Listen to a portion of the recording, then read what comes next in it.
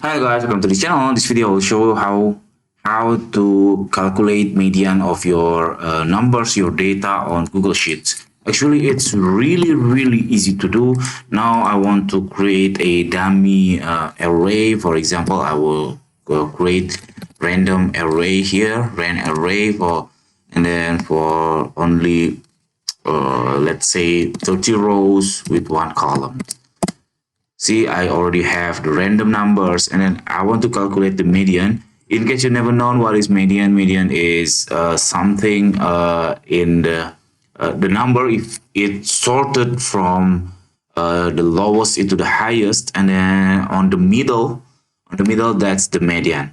Okay, so if using the formula, you just equal to median, and then you just click the value or your data. So that's it. It's very easy to do.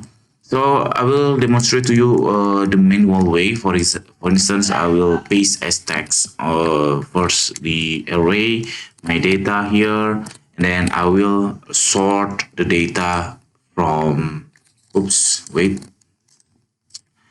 I move it a little bit one cell to the move down, and then I'll create the filter, and then I will sort it ascendingly. And then as you can see, this is a 30 count of data, and then it's supposed to be the 15 and the 16 is the median.